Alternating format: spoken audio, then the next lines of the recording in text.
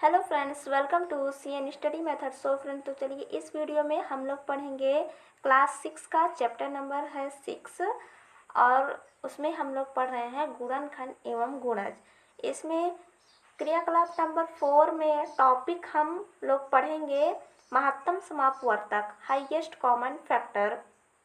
एक महत्वपूर्ण ये टॉपिक है, बहुत ही ज़्यादा इम्पॉर्टेंट टॉपिक है। इसके अगर आप लोग बेसिक को समझ जाएंगे तो आपके किसी भी एग्ज़ाम में आपको दिक्कत नहीं होगी उस क्वेश्चन को सॉल्व करने में। सो फ्रेंड, तो इस वीडियो में हम लोग महत्तम समापवर्तक के नियमों के बारे में पढ़ेंगे कि कैसे उसको सॉल्व किया जाता है, और उसी से रिलेटेड हम लोग प्रश्नावली के सवाल भी हल करेंगे। तो चलिए फ्रेंड, वीडियो को बिना देर किए हुए शुरुआत करते हैं। हम लोग सीखना शुरू करते हैं महत्तम समापवर्तक क्या होता है। महत्तम समापवर्तक हाईएस्ट कॉमन फैक्टर, इसको HCF भी बोलते हैं। क्रियाकलाप नंबर 4 में हम इसी के बारे में पढ़ेंगे। बाकी और वीडियो में हम लोग भाज्य, भाज्य, गुणनखंड, सहभाज्य इनके बारे में पढ़ा था। ठीक है। नीचे 12 फीट लंबे तथा 9 फीट चौड़े कमरे की नापने के लिए एक लकड़ी का स्केल बनाना है। उस बड़े से बड़े स्केल की लंबाई क्या होगी जिसे 12 फीट और 9 फीट दोनों को नापा जा सके। अब इसमें एक दीवार है, ठीक है, और उसको नापने के लिए एक स्केल की आवश्यकता है। तो इसमें उदाहरण अनुसार ये सब बताया गया है। 12 फीट की लंबाई आप किस किस माप की स्केल से नाप सकते हैं। तो मतलब 12 फीट की लंबाई हम कौन कौन सी स्केल से माप सकते हैं। आप पाएंगे 1, 2, 3, 4, 6, 12 फीट लंबी स्केल से 12 फीट की लंबाई नापी जा सकती है। ये सभी 12 के क्या है, गुणनखंड है। मतलब कि इन सभी मापों के स्केल से हम 12 फीट की लंबाई नाप सकते हैं। उसी प्रकार 9 फीट की लंबाई 1, 3 और 9 फीट लंबे स्केल से नापी जा सकती है। ये सभी 9 के गुणनखंड है, परंतु ऐसे बड़े से बड़े स्केल की आवश्यकता है जो 12 फीट और 9 फीट दोनों को नाप सके। यह 12 और 9 का सबसे बड़ा उभयनिष्ठ गुणनखंड अर्थात 3 होगा। मतलब हम लोग 3 फीट स्केल से 12 फीट और 9 फीट दोनों मापों को नाप सकते हैं। ये वही गुणनखंड है और गुणनखंड को ही यहाँ पर स्केल के रूप में प्रयोग कर रहे हैं कि इस दीवार को हम लोग कितने फीट की स्केल से नाप सकते हैं। अब यहाँ पर आपको ज़्यादा समझ में तो नहीं आया होगा, तो आगे साइड हम लोग समझेंगे ना। ठीक है, इतना आया, गुणनखंड आपको समझ में आया। शुरुआत में हम लोग पढ़े थे कि किसी भी संख्या का गुणनखंड निकालना, तो गुणनखंड यहाँ पर 12 का निकला है और यहाँ पर 9 का निकला हुआ है। ठीक है, और इन दोनों का उभयनिष्ठ क्या है, 3, 3। अब 3 क्यों है, क्योंकि दोनों में कॉमन क्या है, 3 है, इसलिए 3 फीट की स्केल से इस दीवार को मापने के लिए 12 फीट और 9 फीट के लिए सही बैठेगा। अब इतना हम लोग इसको पढ़ लिए, उदाहरण था ये। अब आगे साइड चलते हैं कैसे इसको मापा जाता है। अब देखिए, चूंकि यह सबसे बड़ा उभयनिष्ठ गुणनखंड अपवर्तक है, इसलिए इसे हम महत्तम समापवर्तक HCF भी कहते हैं। अब सबसे बड़ा उभयनिष्ठ गुणनखंड हम लोग अपवर्तक जब पढ़ रहे थे गुणनखंड, उसमें भी हम लोगों ने छांटा हुआ था। अब यहाँ पर आपको बहुत अच्छे समझ में आ जाएगा कि महत्तम समापवर्तक निकालते कैसे हैं। तो 12 और 9 का महत्तम समापवर्तक क्या था, 3 था। यही इसका उभयनिष्ठ गुणनखंड है, अपवर्तक है, महत्तम समापवर्तक है। आइए अपवर्तक गुणनखंड की सहायता से एक से अधिक संख्याओं का महत्तम समापवर्तक ज्ञात करें।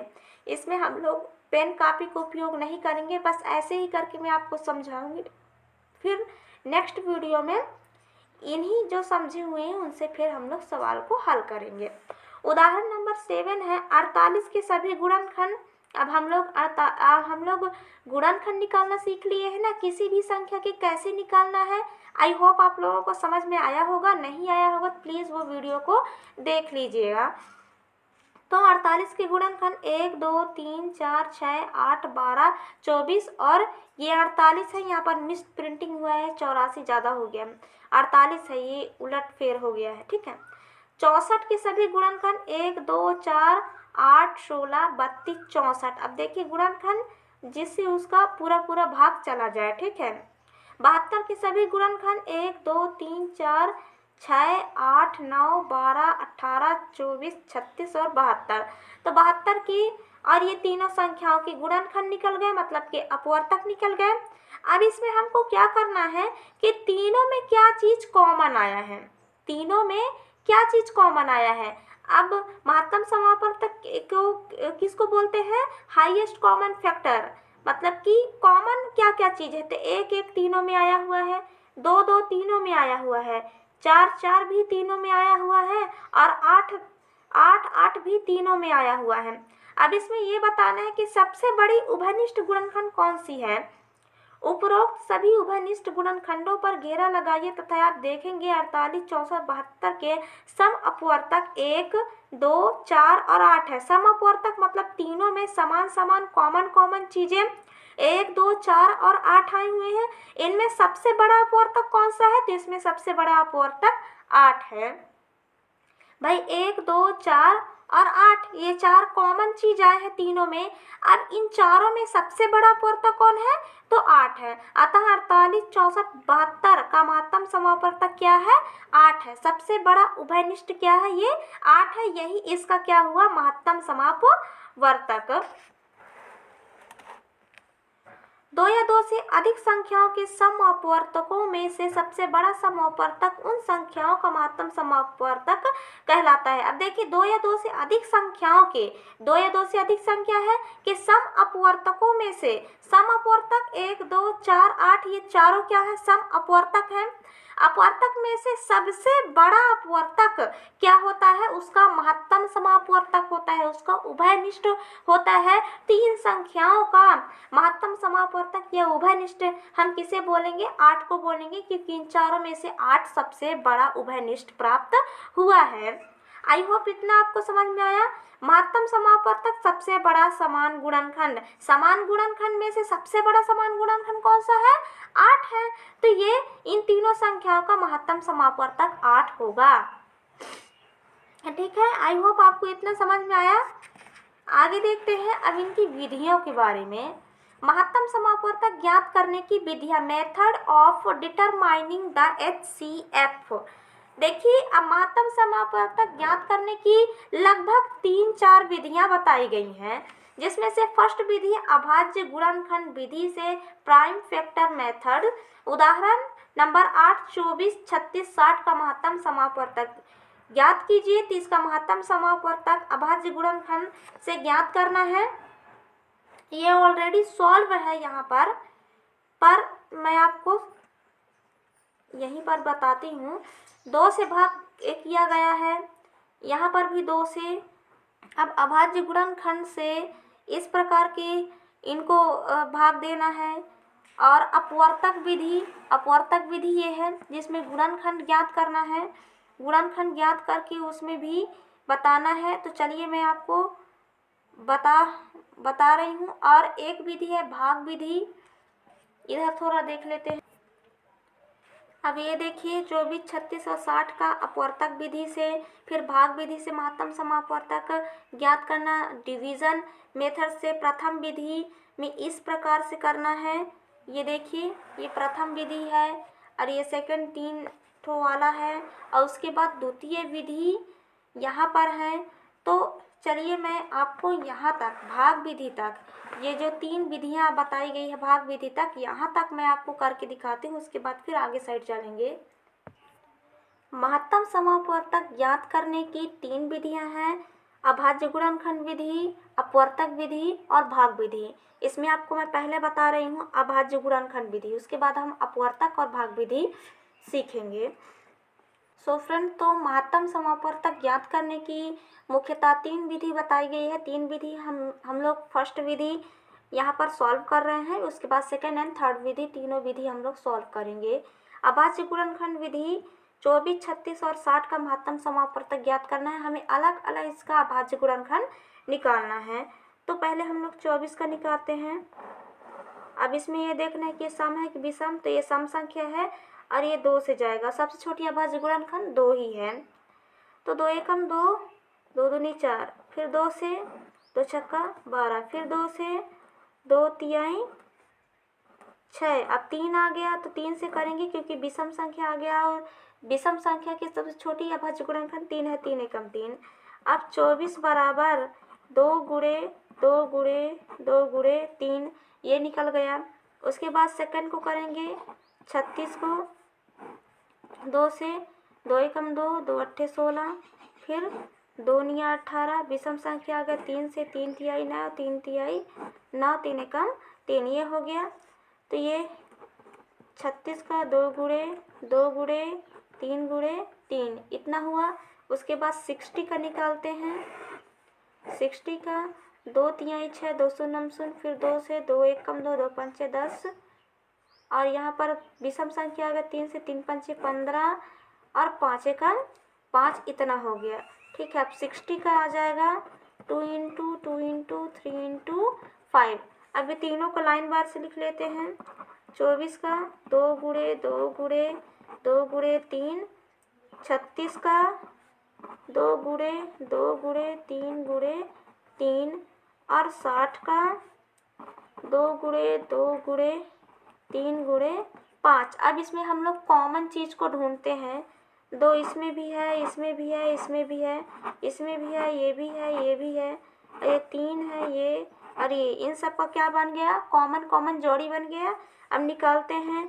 2 बार कॉमन बना हुआ है 2, तो 2 इंटू 2, और 1 बार 3 बना हुआ है, तो 2 दूनी 4 और 4 तिहाई 12 हो जाएगा। तो यहाँ पर इन तीनों का 24, 36 और 60 का महत्तम समापवर्तक कितना है? 12 आया। ठीक है, अब ये तो हो गया अभाज्य गुणनखंड विधि से हम लोगों ने इसको ज्ञात किया, और आई होप आप लोगों को अभाज्य गुणनखंड भी बनाना आ गया होगा, ये कैसे करके बनाया जाता है। आगे के पार्ट में हम लोग और देखेंगे, फिलहाल आप इतना समझ जाइए। और हम लोगों ने महत्तम समापवर्तक अभाज्य गुणनखंड से कैसे निकाला है? कॉमन फैक्ट्स को अलग कर लिए, जितने बार भी वो कॉमन आए उतने बार हम लोग अलग कर लिए, और उसके बाद उसको गुणा कर दिए, तो जितना आया वो इन तीनों संख्याओं का महत्तम समापवर्तक हो गया। अब सेकंड विधि चलते हैं, अपवर्तक विधि। अब सेकंड विधि हम लोग पढ़ रहे हैं अपवर्तक विधि। अब 24 के अपवर्तक, 36 के अपवर्तक, 60 के अपवर्तक। अपवर्तक मतलब गुणनखंड हमको निकालना है कि किन किन संख्याओं से पूरी तरीके से भाग चला जाएगा। तो चलिए ढूंढते हैं। 24 के 1 से पूरा चला जाएगा, 2 से चला जाएगा, 3 से चला जाएगा, 4 से जा सकता है चला जाएगा, 6 से, 8 से, 12 से और 24 से, ये पूरा। और 36 का देख लेते हैं। 1 से, 2 से, 3 से, 4 से, 6 से, 9 से, 12 से, 18 से और 36 से। उसके बाद 60 का देख लेते हैं। 1 से, 2 से, 3 से, 4 से, 5 से, 6 से, 10 से, 12 से, 15 से, 20 से, 30 से और 60 से, इतना हो गया। अब ये क्या निकाल लिए हम लोग? इनके गुणनखंड निकाल लिए, मतलब अपवर्तक। अब चलिए कॉमन को गोला लगाना शुरू करते हैं। 1 इसमें भी आया, इसमें भी आया, इसमें भी, 2 इसमें भी, इसमें भी, इसमें भी, और 3 इसमें भी, इसमें भी, इसमें भी, 4 इसमें भी, इसमें भी, इसमें भी, 6 इसमें, इसमें और इसमें। 6 के बाद फिर 12 आया है, 12। उसके बाद फिर ये मैच नहीं खा रहे हैं, मतलब कि क्या क्या मैच खाया? 1, 2, 3, 4, 6 और 12। और इसमें सबसे बड़ा उभयनिष्ठ गुणनखंड कौन सा है? 12। तो अपवर्तक विधि से भी हमको उतना ही प्राप्त हुआ ना। 36, 60 का अपवर्तक, सबसे बड़ा अपवर्तक कौन सा निकला? मतलब महत्तम समापवर्तक 12 निकला। तो ये अपवर्तक विधि से हम लोगों ने ज्ञात किया। ठीक है, आई होप आपको ये भी विधि समझ में आया होगा। अब चलिए नेक्स्ट भाग विधि को देखते हैं। नेक्स्ट थर्ड विधि है भाग विधि। भाग विधि से महत्तम समापवर्तक ज्ञात करना। अब इस विधि को भी आप ध्यान से देखिए कैसे इसको बना रही हूँ। इसको पहले हम लोग लिख लेते हैं। अब साथ में दिया हुआ तो साथ में हम इसको लिखेंगे। अब चूंकि भाग विधि से इसी प्रकार बनाया जाता है, दोनों देखेंगे सम संख्या है, तो इस सबसे छोटी सम संख्या का अभाज्य गुणनखंड 2 से, 2 अट्ठे 16, 2 एकम 2, 2 अट्ठे 16, इतना हुआ। फिर सम संख्या आया है तो मतलब 2 से ही जाएगा। 2 चौके 8 और दूनिया 18। ठीक है, उसके बाद फिर ये 4 और 9 किसी एक संख्या तो जा नहीं सकते, तो हम यहीं पर रुक जाएंगे। ठीक है, यहीं पर रुक गए। अब इसको क्या करेंगे हम लोग, इसको कितना आया है 16 और 36 का महत्तम समापवर्तक कितना हो जाएगा 2 गुणे 4, 2 गुणे 2, 2 दूनी 4, तो 36 और 16 मतलब 16 और 36 का महत्तम समापवर्तक यहाँ पर 4 निकला। अब यहाँ पर आगे हम लोग भाग क्यों नहीं किए, क्योंकि महत्तम समापवर्तक में उसी का भाग किया जाता है जिससे पूरा पूरा चला जाए, और जब एक का जा रहा है एक का नहीं जा रहा तब वहाँ पर रुक जाना चाहिए। तो यहाँ पर 2 से 2 बार पूरा गया, तो इसका महत्तम समापवर्तक 4 ही है। 2 2 आया, 2 गुणे 2, 2 दूनी 4, तो 16 और 36 का महत्तम समापवर्तक 4 हुआ। अब नेक्स्ट इसको देखते हैं, 60, 90 और 210 तीनों क्या है, सम संख्या है। 2 से जाएगा, 2 तिहाई 6 और 2 चौके 8, 2 पंचे 10, फिर 2 एकम 2, 2 पंचे 10, इतना हुआ। अब चूंकि देखो सेकंड में क्या हो गया, यहाँ पर विषम संख्या आ गए। अब विषम संख्या में हम लोग 3 से करके देखते हैं। 2 से एक बार पूरा गया, अब 3 से जाएगा, तो 3 एकम 3, 3 एकम 3, 3 पंचे 15 और 3 पंचे 15।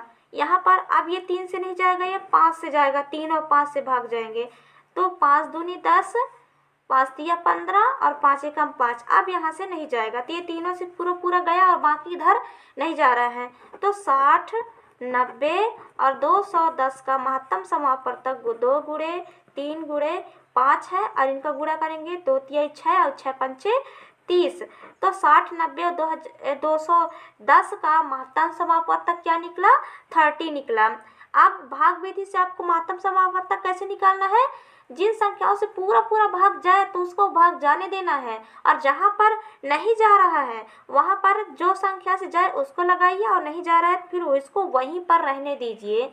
जैसे यहाँ पर 4 का 2 से चला जाएगा और ये 3 से, पर एक लाइन में 2 संख्याओं से भाग नहीं ले जाया जा सकता, तो सिर्फ यहाँ पर यहाँ तक छोड़ दिया गया है। यहाँ पर भी 1 2 से कट जाएगा, ये 3 से कट जाएगा, लेकिन फिर भी महत्तम समापवर्तक में उन्हीं संख्याओं का भाग देते हैं जिनसे पूरा पूरा कट जाए, अन्यथा उसको नहीं करते हैं। तो महत्तम समापवर्तक भाग विधि से इस प्रकार निकाला जाता है। आई होप फ्रेंड्स आपको ये महत्तम समापवर्तक की 3 विधियाँ, अभाज्य गुणनखंड विधि, अपवर्तक विधि और भाग विधि, ये तीनों से महत्तम समापवर्तक ज्ञात करना समझ में आया होगा। प्लीज़ वीडियो को लाइक जरूर कीजिएगा।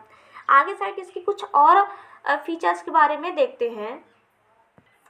अब देखिए, भाग विधि से महत्तम समापवर्तक ज्ञात तो हम लोगों ने कर लिया, लेकिन भाग विधि से एक और विधि है जिसमें हम लोगों को भाग देकर ही महत्तम समापवर्तक ज्ञात करना है।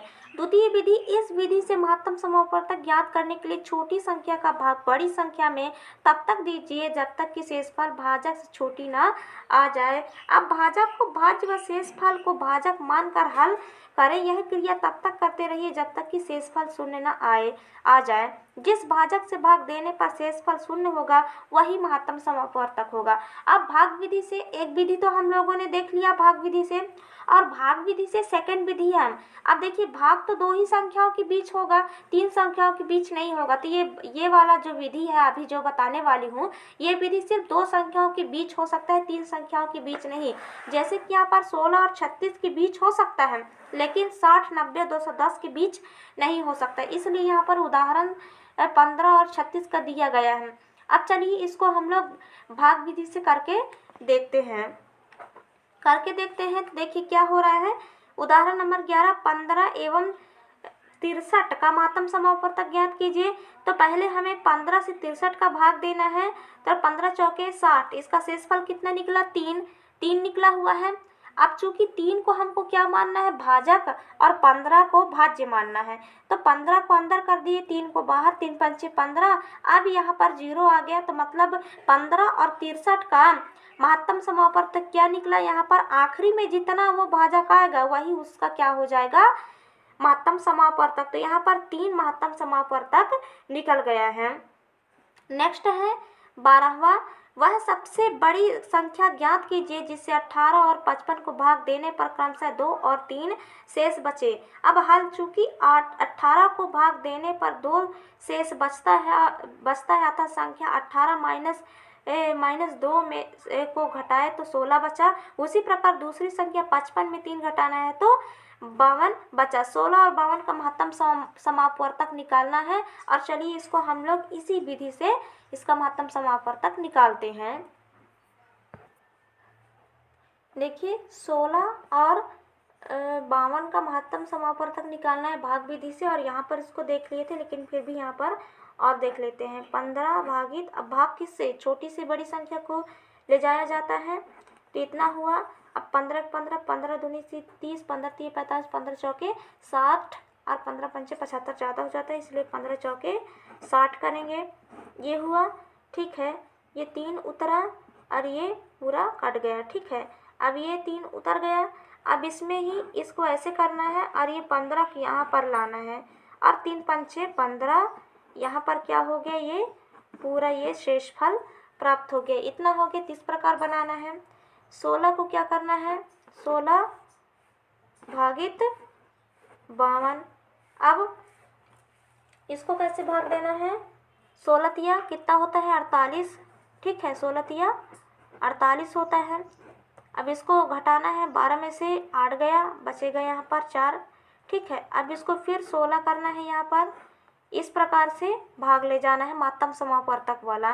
तो 4 चौके कितना होता है 16 होता है। अब देखिए 15 और 63 का महत्तम समापवर्तक कितना निकला है 3, जो आखिरी में निकला, ठीक है। आखिरी में 0 आया, आखिरी में जो निकला। और यहाँ पर 16 और 52 का महत्तम समापवर्तक कितना निकला है 4 आया है, ये आखिरी में आया है, ये पूरा, ठीक है। तो इस प्रकार से आपको महत्तम समापवर्तक का भाग विधि से, एक भाग विधि वो वाला और एक भाग विधि ये वाले से कर सकते हैं। लेकिन ये वाला आप कब कर सकते हैं, जब इसमें सिर्फ 2 ही संख्या हो तभी कर सकते हैं, इसके अलावा आप आगे साइड नहीं कर सकते हैं, ठीक है। इतना आई होप आपको समझ में आ गया होगा महत्तम समापवर्तक ज्ञात करने की 4 विधियाँ, ठीक है। आगे साइड इसकी कुछ विशेषताओं के बारे में पढ़ते हैं। महत्तम समापवर्तक की विशेषताएं, properties, characteristic of highest common factor. आइए महत्तम समापवर्तक की विशेषताओं को उदाहरणों के द्वारा समझें। उदाहरण नंबर 13, 15 60 का महत्तम समापवर्तक निकालिए। चूंकि 15 से 60 पूर्णतः विभाजित होता है अतः 15 तथा 60 का महत्तम समापवर्तक होगा। जिनसे जो संख्या पूरी तरीके से विभाजित कर देता है वही संख्या उस संख्या का महत्तम समापवर्तक कहलाता है। जैसे 15 पूरी तरीके से 60 को विभाजित कर देगा तो 15 क्या है 60 का महत्तम समापवर्तक है, 15 और 60 का। 14वां उदाहरण, 12 और 36 का महत्तम समापवर्तक निकालिए। 12 से 36 पूर्णतः विभाजित होता है तथा अतः 12 तथा 36 का महत्तम समापवर्तक 12 होगा। सिंपल है। उदाहरण नंबर 15, 20 और 40 का महत्तम समापवर्तक निकालिए। तो 20 से 40 पूर्णतः विभाजित होता है अतः 20 और 40 का महत्तम समापवर्तक 20 होगा, ठीक है। और यहाँ पर 16वां है, 15 और 16 के 16 में 1 के अलावा कोई उभयनिष्ठ गुणनखंड नहीं है अतः 15 एवं 16 का महत्तम समापवर्तक 1 होगा। भाई क्रमागत संख्याओं का महत्तम समापवर्तक सिर्फ 1 का अंतर होता है, इसलिए वहाँ पर 1 ही उसका उभयनिष्ठ होगा, उभयनिष्ठ गुणनखंड होगा, और इसी को हम लोग अभाज्य गुणनखंड कहते हैं। इसी प्रकार 13 और 17 में 1 के अलावा कोई उभयनिष्ठ गुणनखंड नहीं है अतः 13 एवं 17 का महत्तम समापवर्तक 1 होगा। इससे यह स्पष्ट होता है कि यदि 2 संख्याओं में बड़ी संख्या छोटी संख्या से पूरी तरह विभाजित होती है तो छोटी संख्या दोनों संख्याओं का महत्तम समापवर्तक होगी, जैसे कि इन तीनों में पता चला। और ऐसी संख्या जिनका 1 के अलावा कोई उभयनिष्ठ गुणनखंड नहीं होता उन संख्याओं का महत्तम समापवर्तक 1 होता है। मतलब कि क्रमागत संख्याओं का महत्तम समापवर्तक हमेशा 1 ही होता है। कॉम्पिटिशन एग्जाम में आ सकता है, ये आप लोग ध्यान रखिएगा। ये 2 तरह की फैक्ट हमें यहाँ पर मिले। अब हम सीख चुके हैं कि महत्तम समापवर्तक कैसे बनाया जाता है। अब चलिए हम लोग प्रश्नावली के सवाल को हल करेंगे। ये प्रश्नावली पूरी तरीके से महत्तम समापवर्तक पर डिपेंड है। तो आई होप फ्रेंड्स आपको समझ में आया होगा हमारी ये वीडियो जिसमें हम लोग मातम समावर्तक सिखाए हैं। तो प्लीज़ वीडियो को लाइक कीजिए, शेयर कीजिए और चैनल पर नया है तो प्लीज़ सब्सक्राइब ज़रूर कीजिए ताकि ऐसे ही बेसिक गणित से रिलेटेड वीडियो सबसे पहले आपके मोबाइल पर उपलब्ध होती रहे। चलिए मिलेंगे प्रश्नावली सवालों के साथ, तब तक के लिए धन्यवाद।